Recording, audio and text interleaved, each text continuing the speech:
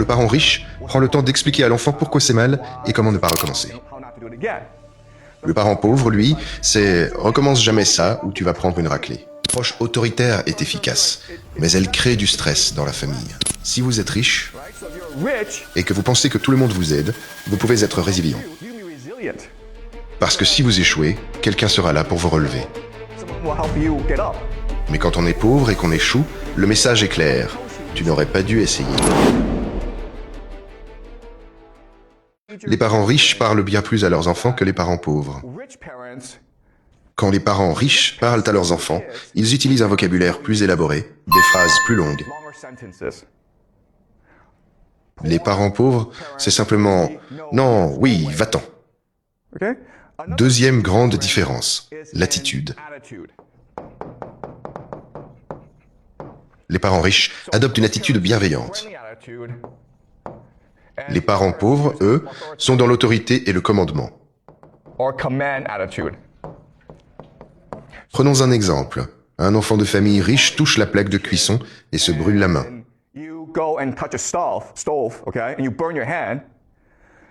Le parent riche va dire « Écoute, c'est pas grave, tu t'es trompé.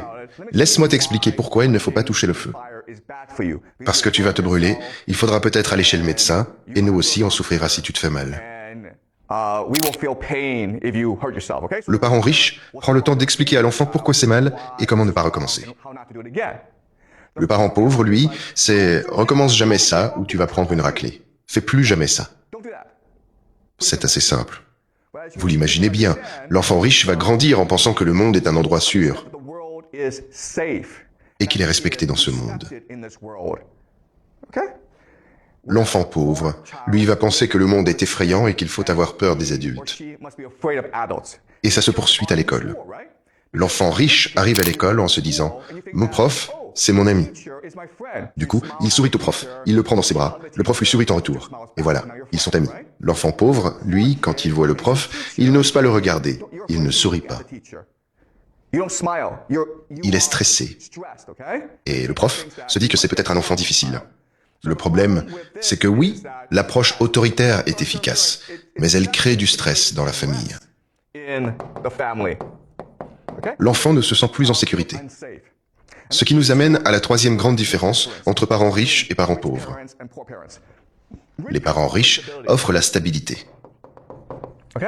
Les parents pauvres, eux, ne peuvent offrir que de l'instabilité. C'est aussi simple que ça. Les parents riches ont de l'argent, donc ils peuvent tenir leurs promesses. Je suis un parent riche, je dis à mon enfant, la semaine prochaine on part en Thaïlande en vacances. Et devinez quoi? La semaine d'après, c'est fait, on est en Thaïlande. Mais quand on est un parent pauvre, l'argent est toujours un problème. Et c'est difficile de tenir ses promesses. Du coup, on dit, la semaine prochaine, on va au McDonald's. Sauf que la paix ne suit pas. Et c'est, désolé, finalement, on ne peut plus y aller. Et maintenant, avec ces différents styles parentaux, on comprend pourquoi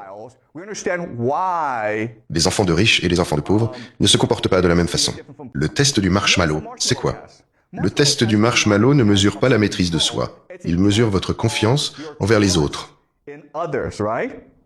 Si vous êtes convaincu que le prof qui sort de la pièce va revenir et tenir sa promesse, vous ne mangerez pas le marshmallow. Mais si vous pensez que ce prof vous ment, alors là, vous allez le manger, ce marshmallow. Vous le mangez, ce marshmallow. En réalité, ce n'est pas une question de maîtrise de soi, c'est une question de confiance envers les figures d'autorité. Quand on est riche, on a la stabilité, mais quand on est pauvre, pas de stabilité. Alors autant manger le marshmallow tout de suite, plutôt que d'attendre le deuxième. Parce que devinez quoi? La plupart du temps, le deuxième marshmallow ne viendra jamais. Vous comprenez? Les enfants pauvres ne sont pas stupides. Ils sont rationnels et réagissent aux conditions dans lesquelles ils vivent. La résilience, c'est croire que le monde va vous aider. Donc, si vous êtes riche et que vous pensez que tout le monde vous aide, vous pouvez être résilient. Parce que si vous échouez, quelqu'un sera là pour vous relever.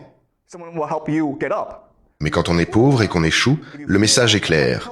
Tu n'aurais pas dû essayer. Tu n'y arriveras pas.